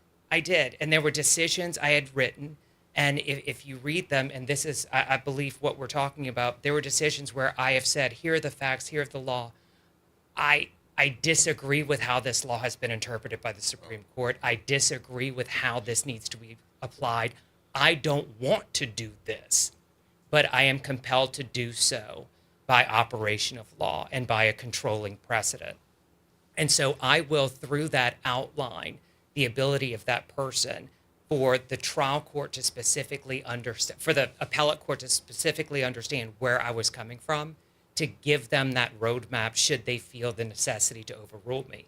And a lot of that is, in law school, we're taught that the trier of fact is the one that really makes the decisions as to authenticity and truthfulness of witnesses. And I will go through and say, I found them to be truthful. I found them to be authentic. I think they took every step necessary to do what they were supposed to do. However, the Supreme Court has ruled in this prior case that that's no longer sufficient. And so I'm stuck. But, part of the job of a judge, a trial court judge, is to rule when it's hard and take the punches. Thank you. So my question is, have you guys spoken with other judges about how to handle relationships that you may have with lawyers who may be litigants or partners of litigants in your courtroom if you were to win? I've spoken to several judges around the state of Louisiana. I know that Richard states that he has been endorsed by over 500 attorneys. And so you have to ask yourself, can you be fair and impartial if those attorneys were to come before you? Now, for me, they know I'm going to apply the law to the facts. They know that I will be impartial and I will be fair. And judges say, the judges that I've spoken with, they don't have a problem when it comes to being fair and being impartial.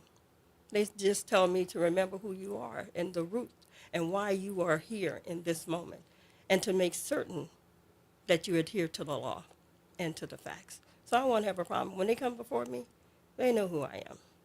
They know I'm going to follow the law. Okay. All right.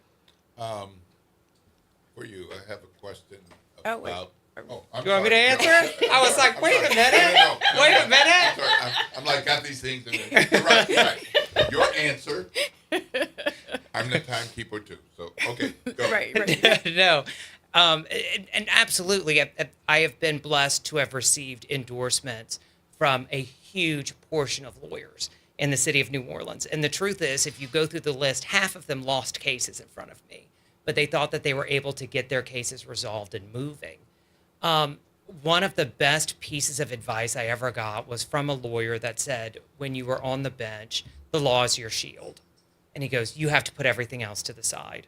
And it is, when you write your judgment, it has to be solid in law. And he goes, do not bend your back for people. It's that is your job. It is there to make the hard decisions. I always told people that appeared in front of me, because very often you will see in courtrooms you know, and I'm sure you've heard the stories, and it's like all of a sudden the judge's best friend is sitting behind somebody. And I went, my friendships, I've never helped anybody in that courtroom before. This is my job. And I am not about to lose my job or to have to deal with any type of repercussions because so-and-so is sitting here or so-and-so supported me in my campaign. I believe that we are at such a critical time right now in our court system where people are losing faith in the courts themselves. With the recent decision in the Calais versus state of Louisiana, we are seeing that an politicization of the U.S. Supreme Court to where people don't even believe what's coming down is what's right, that it's based in law, that it's all about political, know-how and what they want to do.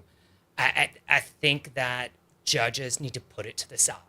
I think that's the most important thing. I ruled against my friends all day, every day, and I'll continue to do that. The law is the guide, and the law is your shield. Okay, thank you. All right, so I have a question for each of you. It's not the same question. Question for you, question for you.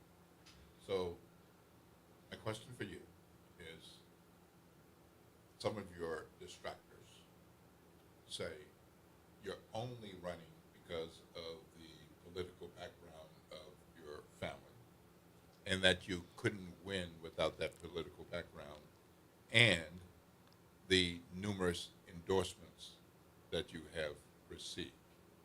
What's your response? That is a fair question, and I've heard it before. I think the political background of my family, to be honest, I truly believe I have made a name for myself. I believe I have made a name for myself in both the legal community and the political community and in the general community at large. I do have a lot of political backing in this race, but where I stand is my political backing doesn't come from, it is this attempt to control or this attempt to influence. It is, I've marched with these people in the streets for change. I look back and the mayor endorsed me. However, I was at the mayor's very first campaign rally when she ran for city council, and I have worked with her since then. Leslie Harris, our city council member here, who has endorsed me, she and I met as opponents in a trial. And we were going against each other and fought tooth and nail. She beat me. But from that point, we recognized that I thought she was an amazing lawyer. She is an amazing lawyer. She thought I was a great lawyer. We then started working together. And so these endorsements that I'm receiving are not these political, overall come down from heaven endorsements. These are relationships I have built over time in working to rebuild the city of New Orleans, in working within our community, working within our city. Do I think endorsements are important for people to understand? I don't know who either of these candidates are, but I trust this person. I think absolutely. Do I think they win me an election? I don't think so. I hope that people are looking to our qualifications and getting to know us. I think that's more important than who is supporting who. Okay, thank you. Ms. Bridges. Yes. Some of your distractors say you just want a job. You just want to be elected to something, that you keep running until you get one of these jobs, that you run for different jobs. So it's not clear that this is the thing that you want to do, that you're a loser. So I'm not even going to consider this because she'll just lose again. What's your response to those folks? Well, I believe Richard has run numerous times as well. Mm-hmm. So I'm going to say this. I've ran for judge before. That is true. I am a community servant. And I'm not running for a job. I'm running to serve. And I want to serve the community because I know my role.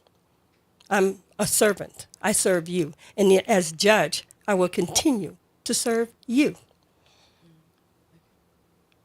And I don't know any other thing other than I wish it was something, for instance, when people come to me, they said, I wasn't thinking about running again.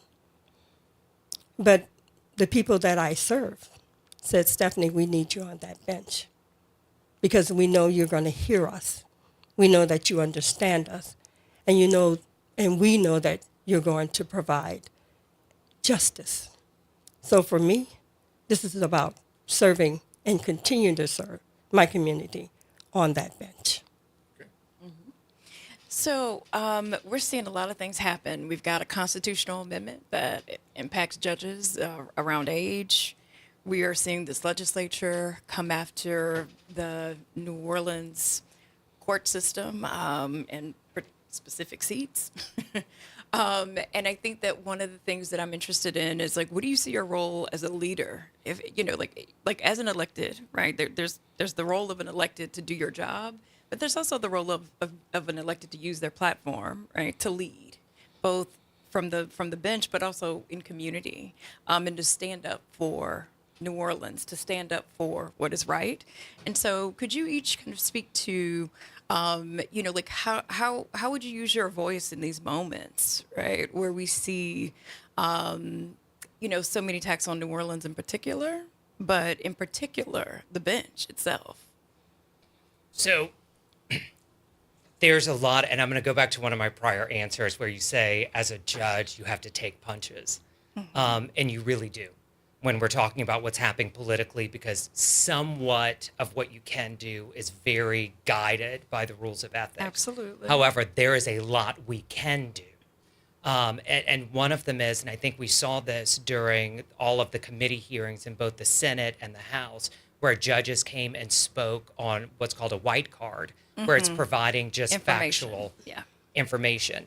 I believe that in addition to providing the factual information, I believe it is very critical and important that the judges not only do that, but come with the data necessary to back everything up.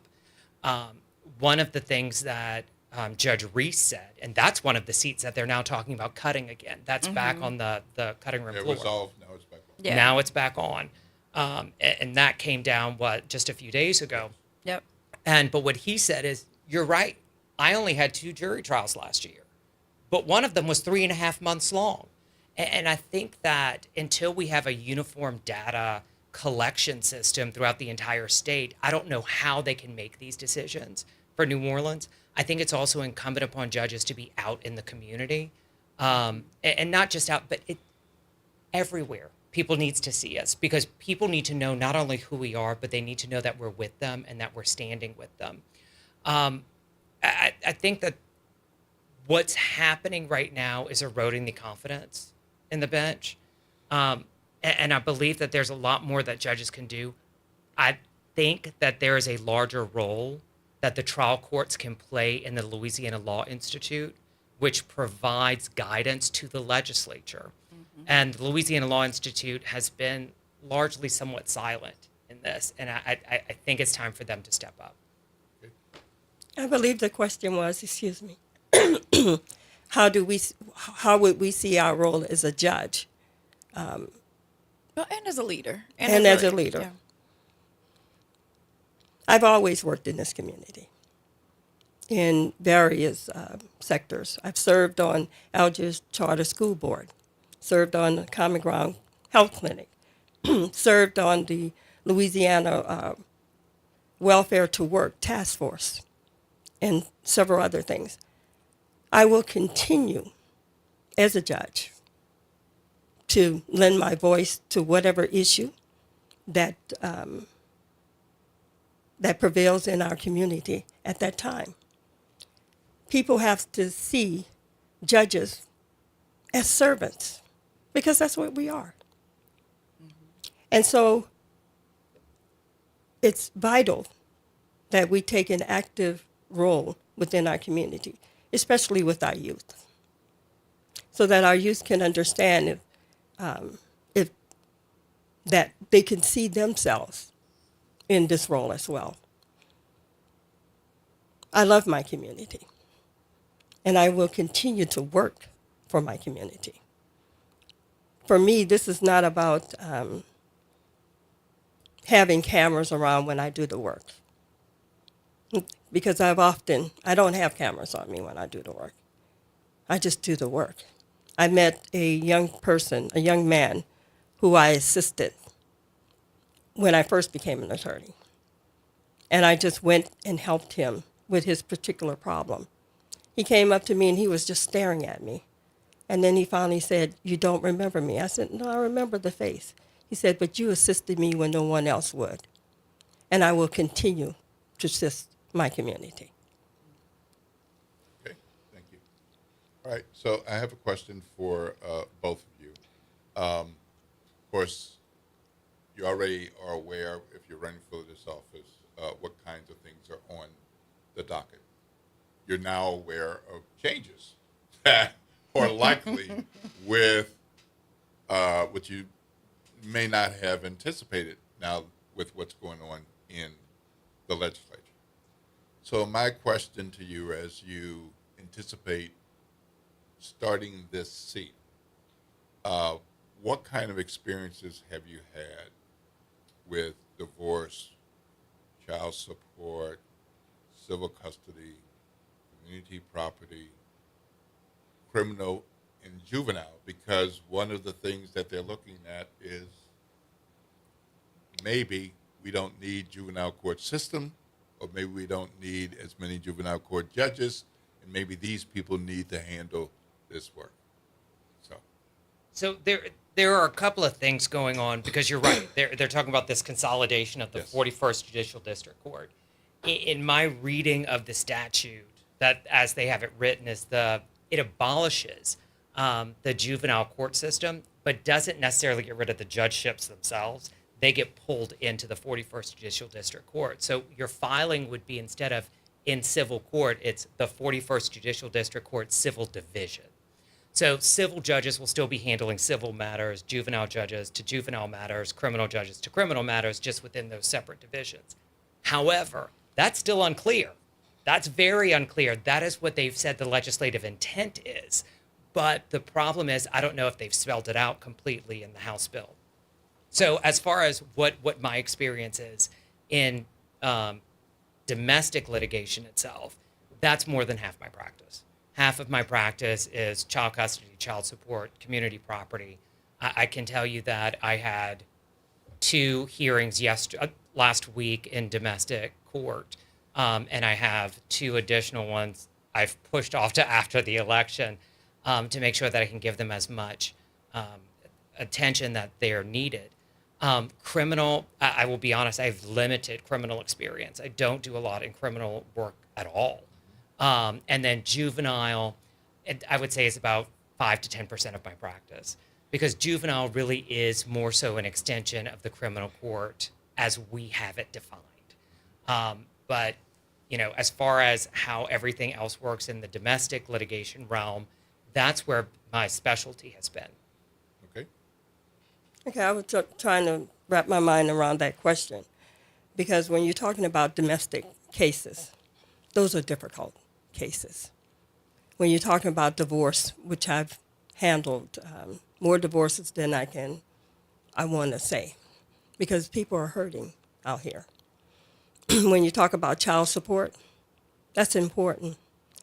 I will tell you that I've received numerous calls and visits from men in particular who state that they don't believe they're being treated fairly in domestic court.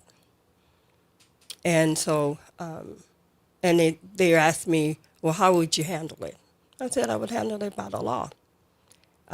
When you talk about child support, when you talk about TROs, when you talk about and I'm thinking about a case that just happened where I had a client who was taking her child to the bus stop, and her ex came up on her, and he had a gun. He pulled out a gun on her.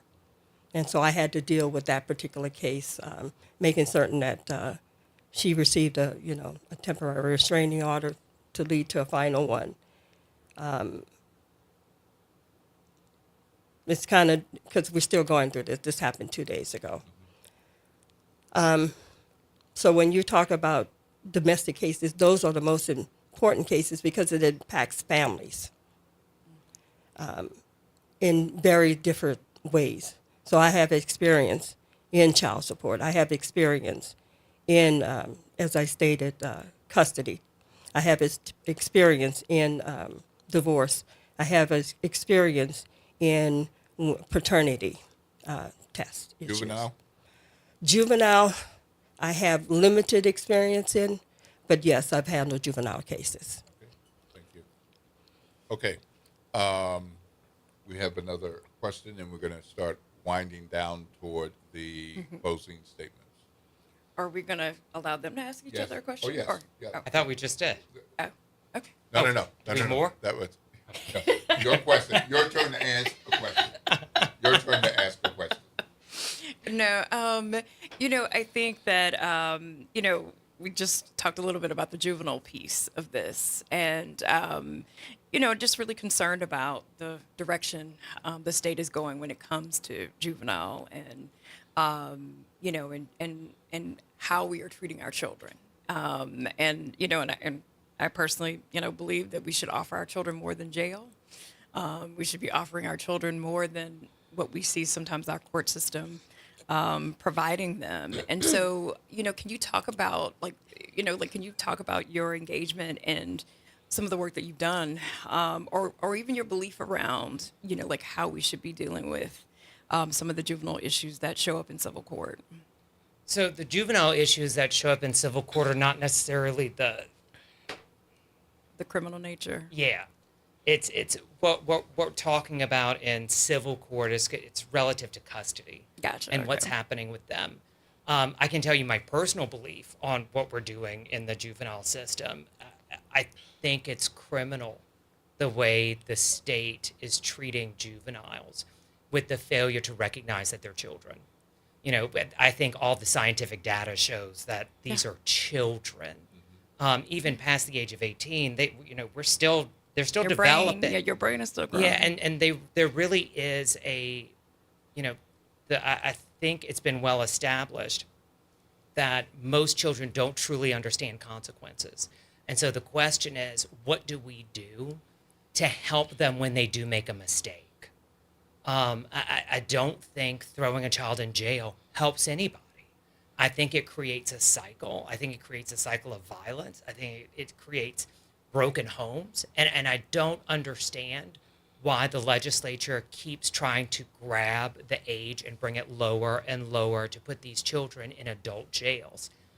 And they go, well, it was a violent crime. Well, you know what? A 14-year-old committing a violent crime is awful, But we need to, the point of, our penal system is not to hurt.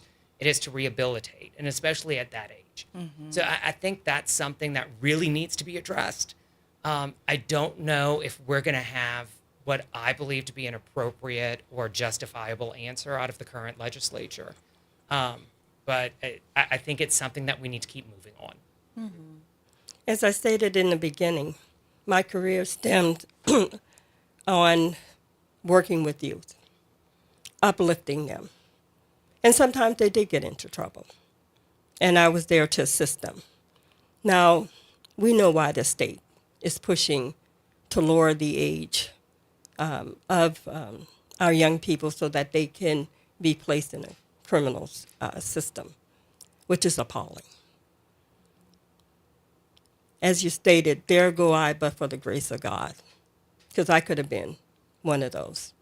Few people I know could have been into the juvenile system. Mm-hmm. Right now, you have, to be realistic, we're lost out here right now. Mm-hmm. Families are going through traumatic experiences, and they don't know what to do or how to deal with certain situations. And so you have children facing the same thing. We have a school system that is not educating our children. And I'm just being frank about that. And so they're lost. So they get into situations that they most likely would not like to get into. So we have to examine the root causes of what's going on with our youth right now. and come up with solutions after looking at those root causes to prevent them from getting into this cycle. So my thing is to continue to work with the youth, continue to work with their parents, continue to get their resources so that they can stay on the narrow path. But once they get off of it, we have to be able to assist them, to help them back within the community. Okay. All right, we're going to move to closing statements with a twist. Okay? So the twist is this. So I'm going to give you some topics I just want to make sure that you touch on. You don't have to take one and use it for your whole time, but touch on each of these, and then you can have time for whatever. I would like you to, in your closing statement, to identify something that you experienced with a judge that you will never do as a judge. You saw this, you experienced this. You will never do this, whatever that is. I would like you to identify one person, not five, one, that you see, if not as a role model, as a good example of a good judge, whatever court. Doesn't have to be this court, whatever court. And one thing that people should know about you that we didn't touch on, that you just want to make sure you get it out there so people can follow up with you after this and learn more. So those three things. You went first before, so you're going to go first this time. I don't know how we cover something we haven't covered. I know. All right. We covered a lot. But, we covered a lot. You have a couple minutes. So, again, first of all, thank y'all for doing this.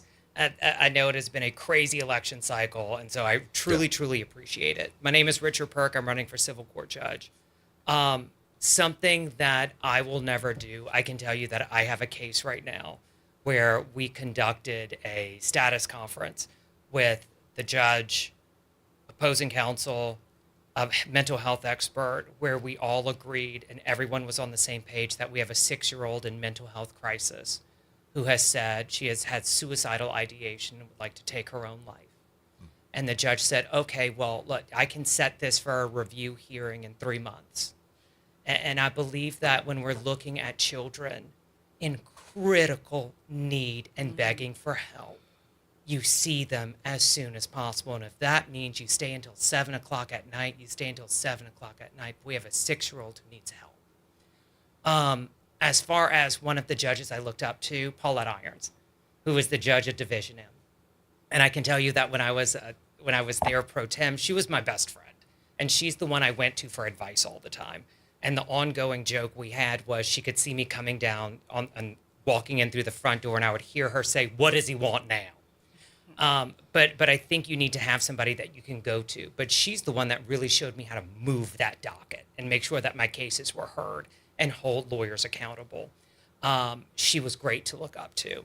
Something that people don't know about me. I don't know. I'm going to talk about what Stephanie and I talked about this morning. I have a certain morning routine that I do, and I think that everybody should find a way to center themselves before they start their day. I wake up, I make my coffee, I walk outside, talk to my plants, enjoy the sunshine, and then before I even look at my email or text messages. So enjoy life, enjoy New Orleans, enjoy each other. Okay. Thank you. This is an interesting twist. I will say that I appeared before Richard, and he disqualified me.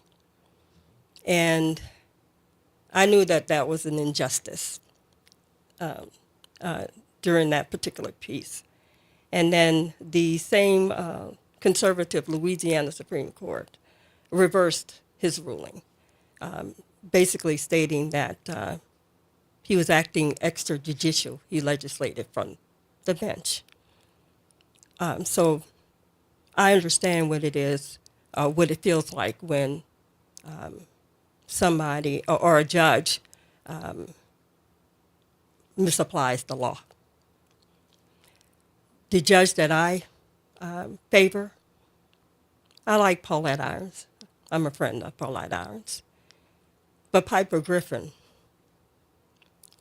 was the judge that I want to emulate. I appeared before her my first time as a city attorney, and there was this case where a person was incarcerated, and he felt that they tried to give him 3 strikes, and they did give him 3 strikes, and he was looking for evidence. And I did, as an assistant attorney, did everything that I could to assist this gentleman. And I will never forget what Judge Griffin said at that time. She said to the litigant, she said, "Ms. Bridges and I have done everything that we could do for you to get you the information that you need." And that was heartfelt because she talked to the defendant. She wanted to make certain he understood the limitations on me as an assistant city attorney and her as a judge. And from that perspective, I know about educating and stuff. Now, if somebody says they don't know anything about me, about smiling, I need to smile more. Okay. All right. Okay. So as we close this candidates forum, I do want to say that you mentioned a specific case where you were disqualified. I'd just like to hear from you about, you have 30 seconds to respond to that because we've got to close and go to the Okay. I'm going to go briefly, and it goes back to one of the answers that I provided before. And I found Ms. Bridges at that time to be very truthful. I thought that she did everything she was supposed to do in that case. I outlined that in my decision. The Supreme Court, and it's of note that the Fourth Circuit upheld my decision. The Supreme Court reversed my decision, and in a dissenting opinion, or a concurring opinion from Justice Griffin, she specifically said, we need to address the fact that we have now overruled our prior precedent, which the trial court had relied on. All right, time. 30-second response. In that opinion, it specifically stated that he did not apply the law as it should have been. And other than that, I mean, there's nothing else to say. All right, very good. All right. Well, thank you both for coming and sharing all of this time. I know you've been out on the campaign trail, you've been on social media, you've been a lot of places, but in my opinion, I'm not either of you, but I think this is the most extended time that you have had to address real issues in a place where a lot of people can hear what you have to say. And we appreciate So we really appreciate you. I know we went through a lot to get to this day and this time. I appreciate that you've done this. People will be able to review the recording after this. And I think it's important because this is an important election. So many other things we could have gotten to, but we didn't have 3 hours. We could be here all day. That's right. No, not all day. We're going to close out the Good Morning Show. I'm Will Sutton. This is Ashley Shelton with me. Good conversation. Yep, a great day. Most helpful. And, man, Dillard University got some things going on. Yeah. Fireside chat, Gumbo Combo. Tomorrow night. Yep, and early voting is happening right now already. and through Saturday. All right, it's 8:57 a.m. If you got some place to be at 8, you got 3 minutes. And in 3 minutes or so, you will hear from Kimber and Graylin for the subs for the front porch. We got Tavis Smiley and the reality check at 4. This is WBOK 1230 a.m. What New Orleans is talking about all day long.